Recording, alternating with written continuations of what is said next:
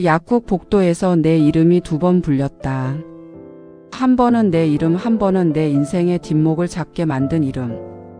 나는 공공임대 아파트 단지 상가 2층, 병원과 약국이 줄줄이 붙은 그 복도에서 늘 그렇듯 약봉투를 꼭 쥐고 있었다.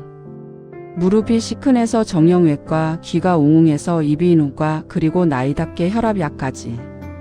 사람은 늙으면 약봉투가 주민등록증이라고 하더니 진짜였다. 그런데 그날은 내 약봉투가 아니라 남의 약봉투를 들고 엘리베이터를 탔다. 집에 와서 안경을 쓰고 보니 봉투에 적힌 이름이 내 이름이 아니었다. 한 글자만 달랐다. 김선자와 김선희. 나는 김선희, 이 아파트에서 혼자 사는 62, 이혼한 지는 6해. 순간 머리가 하얘졌다. 약을 잘못 먹으면 큰일이라는 공포보다 다시 약국에 돌아가서 사람들 앞에서 내가 얼마나 덜렁거리는지 들켜야 한다는 창피가 먼저 올라왔다. 나는 봉투를 들고 뛰었다. 뛰었다고 말하면 웃기지만 무릎을 달래며 급히 걸었다. 약국 복도에 다시 들어서는 순간 접수대 앞에서 누군가 나를 봤다. 내 손에 약봉투를 보고 내 얼굴을 보고 아주 잠깐 웃었다. 비웃음이 아니라 아, 저분도 나처럼 사는구나 하는 종류의 웃음. 그게 더 창피해서 나는 괜히 큰 소리로 말했다. 이거요, 제 약이 아니네요. 제가 정신이 없어서요. 약사는 익숙하다는 듯이 봉투를 받아 들고는 고개를 끄덕였다. 그러자 그 옆에서 기다리던 남자, 내 또래쯤 되는 남자가 조용히 말했다. 그 봉투 제 거 같은데요. 그때 나는 알았다. 오늘 내 창피는 이제 시작이라는 걸. 나는 포항의 바람을 믿지 않는다. 바람은 늘 세게 불고 내 마음은 늘 약하게 흔들린다. 특히 혼자 사는 집에 돌아오면 더 그렇다. 신발장 앞에 신발이 한 켤레뿐인 날들이 오래되면 사람은 발소리 대신 냉장고 모터 소리에 익숙해진다. 이혼하고 처음 몇 달은 내가 잘 살 수 있을 거라 생각했다. 적어도 거짓말을 듣지 않아도 된다는 해방감이 있었다. 남편은 큰 거짓말을 한 사람은 아니었다. 그런데 작은 거짓말이 너무 많았다. 회식이랬다가 친구가 아프다 했다가 돈이 없다 했다가 통장에 뭔가가 찍혀 있고. 그 작은 것들이 매일매일 누적되면 믿음이라는 게 이렇게 얇아지는구나 싶었다. 결국 우리는 서로를 쳐다보지 않는 부부가 됐고 마지막엔 종이 한 장으로 끝났다. 그 뒤로 나는 건강 루틴에 집착했다. 루틴이 있어야 하루가 무너지지 않으니까. 아침엔 혈압 재고 스트레칭하고 약 먹고 물 마시고 엘리베이터 거울 앞에서 허리를 펴는 연습까지 한다.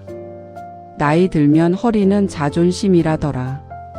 그런데 루틴이라는 게 웃긴 게 혼자 살면 혼자만의 실수도 루틴이 된다. 안경을 머리에 얹고 안경 찾기, 배달 앱에서 결제 눌러놓고 왜 안 오냐고 혼잣말하기, 그리고 가족 단톡방을 열었다가 아무도 말이 없어서 조용히 닫기. 우리 딸이 단톡방에 마지막으로 남긴 말은 2달 전이었다. 엄마 감기 조심해. 그 한 줄이 지금도 맨 아래에 떠 있다.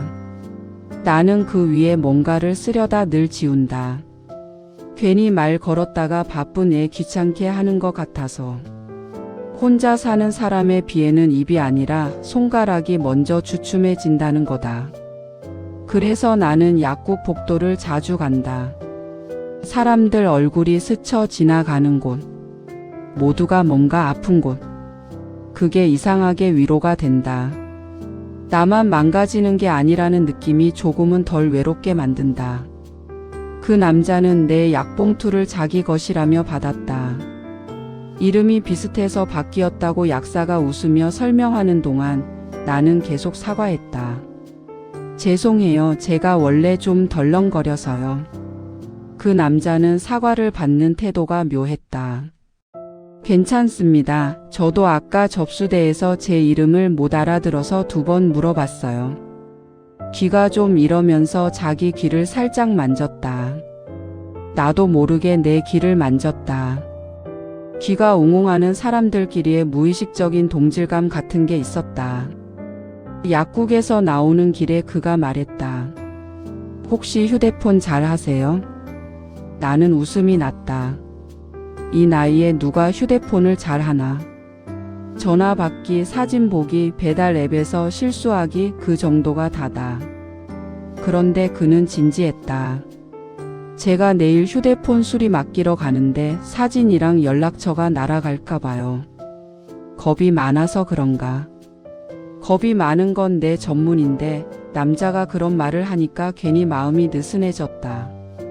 나는 말해버렸다. 나도 겁 많아요. 스팸 전화 오면 숨부터 쉬어요. 그가 웃었다. 웃음이 과하지 않고 그렇다고 억지로 점잖지도 않았다. 나는 그 웃음이 어디에 걸리지 않고 내 앞에 떨어지는 느낌이 좋았다. 다음 날 나는 별 생각 없이 같은 상가 1층의 휴대폰 수리점을 찾았다. 사실은 내 휴대폰도 최근에 알림이 이상했다. 배달 앱이 밤마다 나를 유혹하듯 쿠폰을 뿌리는데 나는 그게 쿠폰인지 사기인지 헷갈렸다. 수리점 안은 작고 밝았다. 카운터 뒤에는 젊은 직원이 있었고 그 옆에 그 남자가 있었다. 그는 나를 보고 반갑게 손을 들었다. 아, 어제 약봉투. 여기까지 오셨네요. 그 말에 나는 괜히 또 창피해졌다. 그 사건으로 이미 내 덜렁거림이 등록된 것 같아서. 그는 내게 자리를 권했다. 그리고 조용히 자기 이야기를 조금씩 풀었다. 그는 포항에서 태어났지만 직업 때문에 여기저기 떠돌다 돌아왔고 지금은 작은 물류 회사에서 일한다고 했다. 주말에는 어머니를 보러 가고 평일엔 혼자 밥을 해먹는다고 했다. 혼자 밥을 해먹는다는 말이 이상하게 멋있게 들렸다. 나는 혼자 밥을 차려도 늘 남의 눈치를 보는 기분이었는데 그는 그걸 그냥 생활처럼 말했으니까. 그날 이후로 우리는 가끔 마주쳤다.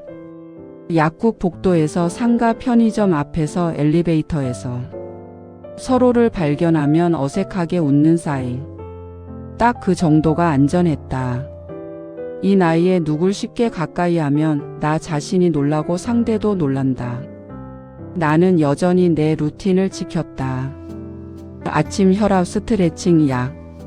그리고 일주일에 2번은 귀 검사를 받으러 이비인후과에 갔다. 의사는 늘 같은 말을 했다. 큰 문제는 없고 스트레스도 영향이 있다. 스트레스라. 나는 스트레스를 줄이는 법을 몰랐다.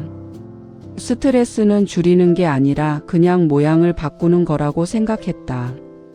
부부였을 땐 말하지 않는 스트레스였고 혼자 된 뒤엔 말할 사람이 없는 스트레스였다. 그 남자 이름은 박재성이라고 했다.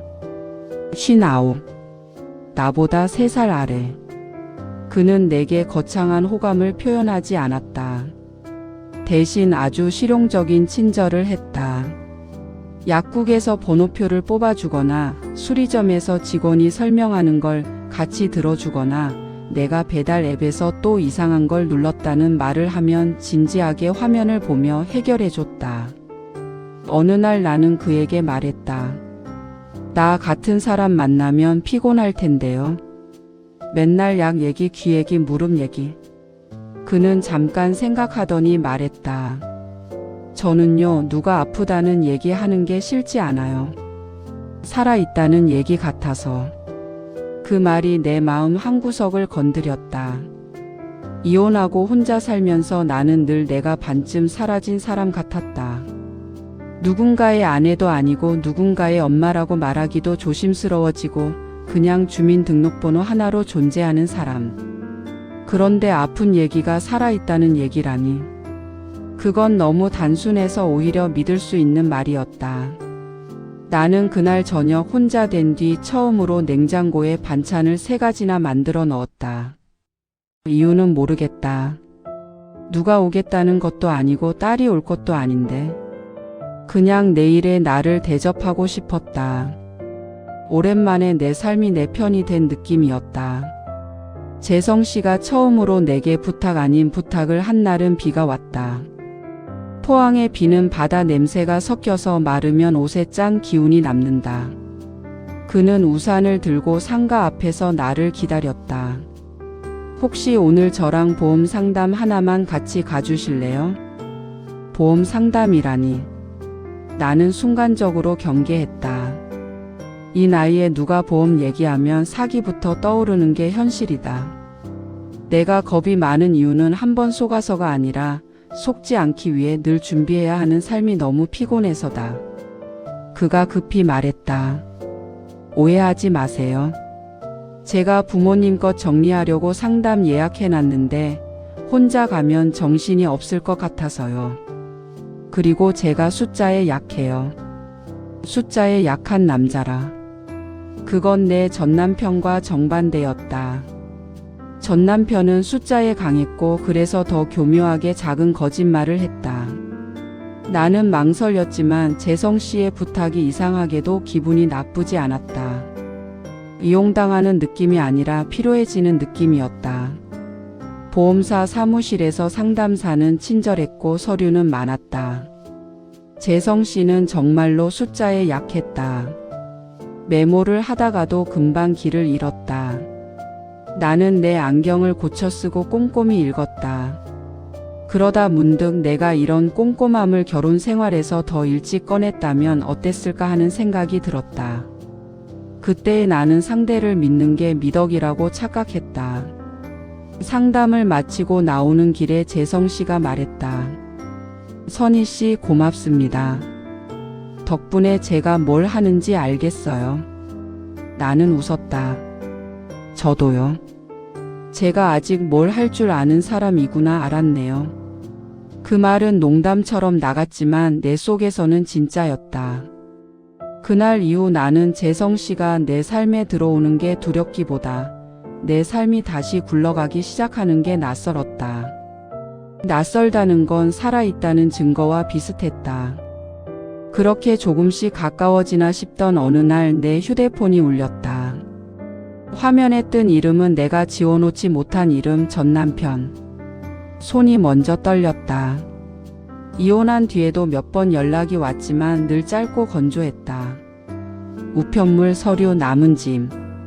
그럴 때마다 나는 목소리부터 낮아졌다. 이번에는 서류 문제였다. 예전에 같이 가입했던 무엇인가의 해지 서류가 필요하다는 말. 그는 평소처럼 말했다. 내가 서명해야 끝나. 나는 순간 과거로 끌려갔다. 작은 거짓말들이 쌓이던 시간, 설명을 요구하면 돌아오는 짜증, 그리고 결국 내가 스스로를 의심하게 되던 날들. 그런데 더 문제는 그 통화가 재성씨 앞에서 걸려왔다는 거였다. 우리는 약국 복도 끝 작은 의자에 앉아 있었고 나는 무심코 전화를 받았다. 재성씨는 내 표정을 보고 뭔가를 느꼈는지 고개를 돌렸다. 통화를 끊고 나서 재성씨가 조심스럽게 물었다. 전 남편이세요? 나는 대답을 못했다. 못했다기보다 갑자기 내 입이 부끄러움으로 가득 찼다. 내가 이 나이에 또 누군가에게 설명해야 한다는 사실이 숨막혔다. 재성씨는 더 묻지 않았다. 대신 아주 짧게 말했다. 필요하면 같이 가드릴까요?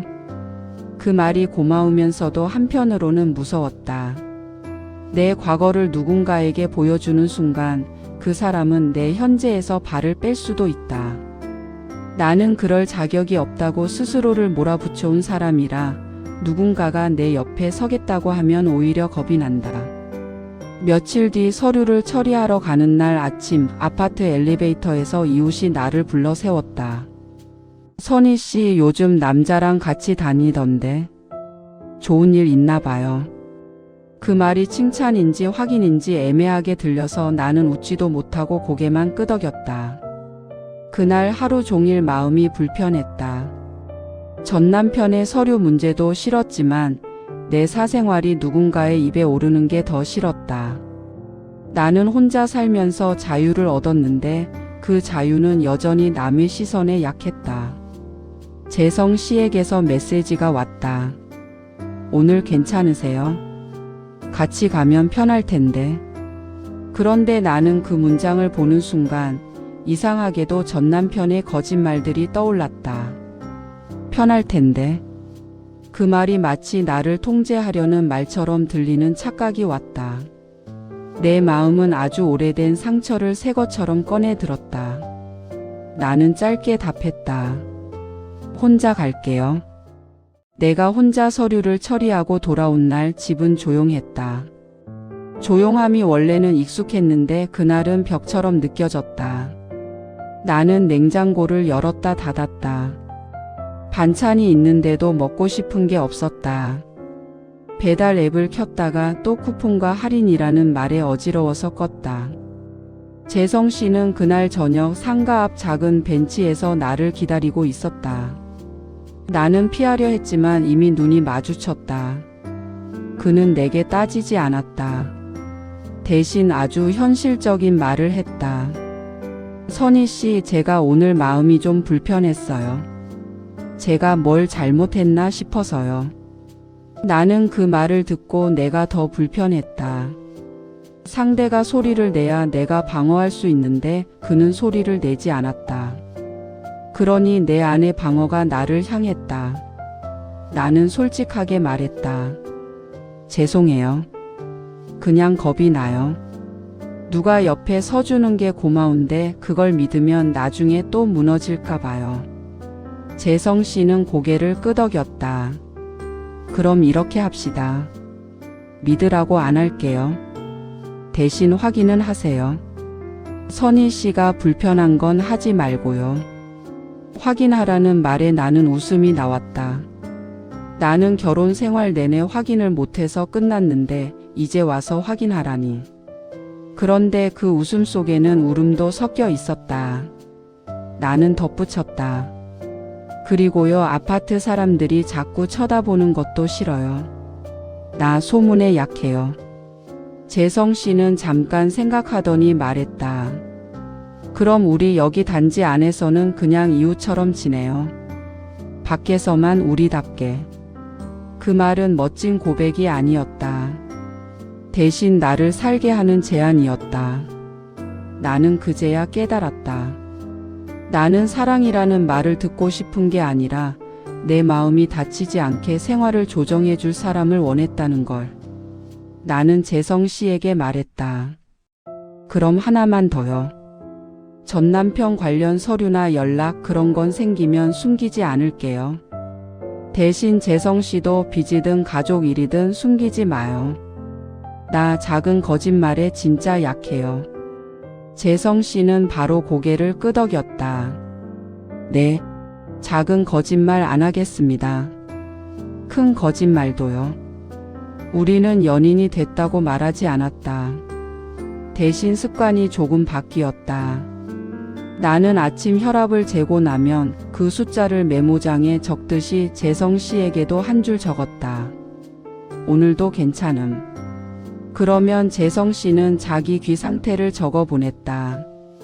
오늘은 웅웅함 덜함. 우리는 서로의 몸을 관리하는 방식으로 마음을 확인했다. 참 우리답다. 가끔은 바닷가 근처로 차를 타고 나갔다. 포항의 겨울 바다는 차갑고 사람은 적고 대신 말이 많아진다. 재성 씨는 어머니 병원 일정 이야기를 했고 나는 딸 단톡방을 열었다 닫았다 하는 이야기, 전 남편이 남긴 작은 거짓말들이 내 머릿속에 아직도 자동 재생된다는 이야기를 했다. 그는 해결해 주려고 하지 않았다. 그냥 듣고 필요할 때는 물 한 병을 건넸다. 어느 날 딸에게서 전화가 왔다. 오랜만이었다. 엄마 요즘 괜찮아? 나는 잠깐 망설이다가 말했다. 응, 괜찮아. 사람도 좀 만나. 딸은 잠깐 조용하더니 조심스럽게 물었다. 누구? 나는 대답을 꾸미지 않았다. 아파트 이웃인데 좋은 사람. 아직은 천천히. 딸은 바로 축하하지도 바로 반대하지도 않았다. 그냥 말했다. 엄마 아프지 말고. 그리고 조심해. 그 말이 서운하면서도 고마웠다. 가족 관계는 드라마처럼 한 번에 풀리지 않는다. 그래도 끊기지 않고 이어지는 것만으로도 그게 우리에겐 기적이다. 재성 씨와 나는 여전히 각자 집에서 산다. 나는 내 공공임대 아파트에서, 그는 자기 원룸에서. 대신 일주일에 2번은 같이 장을 본다. 나는 여전히 약봉투를 들고 다니고 그는 여전히 내게 휴대폰 화면을 보여주며 묻는다. 이거 누르면 결제돼요. 나는 웃으며 말한다. 누르지 마요. 또 배달 오면 내가 먹어야 돼요. 그러면 그는 웃는다. 그럼 같이 먹죠. 그 말이 나는 좋다. 같이 살자는 말보다 같이 먹자는 말이 더 현실적이라서. 내 인생은 여전히 바람이 세고 무릎은 시큰하고 귀는 웅웅한다. 그런데 이제 약봉투를 잘못 들고 뛰어가도 그걸 보고 웃어주는 사람이 있다. 그 정도면 외로움이 완전히 사라지진 않아도 외로움이 나를 전부 삼키지는 못한다. 감사합니다. 구독, 좋아요 부탁드립니다.